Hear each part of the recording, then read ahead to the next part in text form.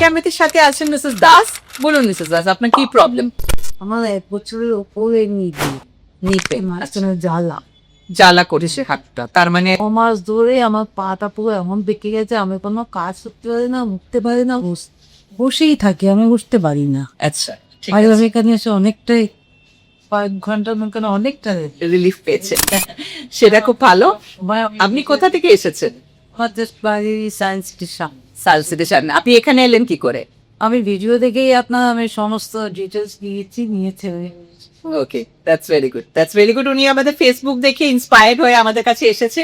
হাঁটুর অবস্থা খুবই খারাপ, অস্টিওআর্থ্রাইটিস বোথ নিস উইথ জেনুভারাম ডিফর্মিটি, পাটা পুরো বোলেক হয়ে গেছে, বেঁকে গেছে। 1 বছরের উপরে ওনার ব্যথা ছিল, 6 মাসে আরো বেশি ডিটোরিয়েট করেছে, জ্বালা পড়ছে, এতটাই বেঁকে গেছে, মানে হাড়ে হাড়ে কাজ করছে, প্লাস নার্ভও ইনভলভ হয়েছে সেই জন্য। কিন্তু উনি ভরসা করে আমাদের কাছে এসেছেন, আর আমরা ওনাকে এই রিলিফটা দিতে পেরেছি, সেই জন্য আমরা খুব খুশি। এক্সারসাইজ নাম্বার 1, এরকম একটা ফোম রোলার আমরা নিয়ে, যেটা যে পার্টটা বেডে টাচ করছে না সেই জায়গাটা হাঁটুর নিচে রাখছি। রেখে দরকার হলে আপনারা একটা টাওয়েল, মোটা উঁচু টাওয়েল একটা রোল করে এইভাবে রাখতে পারে, যে পার্টটা হাঁটুর নিচে বেডে টাচ হচ্ছে না সেটাকে কভার করার জন্য। এটা আমরা ঢুকিয়ে নিয়ে হাঁটুর নিচে, তারপরে ওটাকে প্রেস করবো। এই যে এটা আছে, রোলারটা আছে, এটার উপরে আপনি চাপ দিন তো হাতটা শক্ত করার চেষ্টা করুন, তো এতটাই জোরে শক্ত করবে যাতে আপনার এটা উঠে যায়, গোড়ালিটা উঠে যায়। আমরা যদি প্রেশারটা অ্যাপ্লাই করি তাহলেই কিন্তু গোড়ালিটা উঠবে। তাই জন্য এটা এরকম ভাবে করতে হবে যেটা আমরা বুঝতে পারছি যে হাত এটা আমরা শক্ত করছি, তাই পাটা সোজা উঠে যাচ্ছে। রাইট।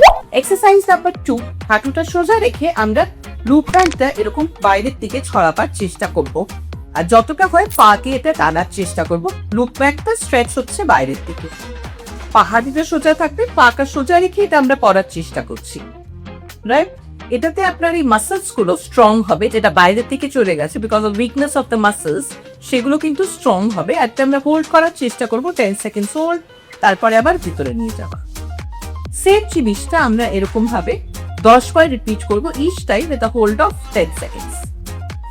এক্সারসাইজ নাম্বার 3, আমরা এই লুপ ব্যান্ডটা আর একবার বসা অবস্থায় দুটো পায়ের মধ্যে নিলাম, এটা এইভাবে ঢুকিয়ে রাখছি অ্যাঙ্কেলের ঠিক ওপরে, হাতের সাপোর্ট নিচ্ছি না, হাতটাই।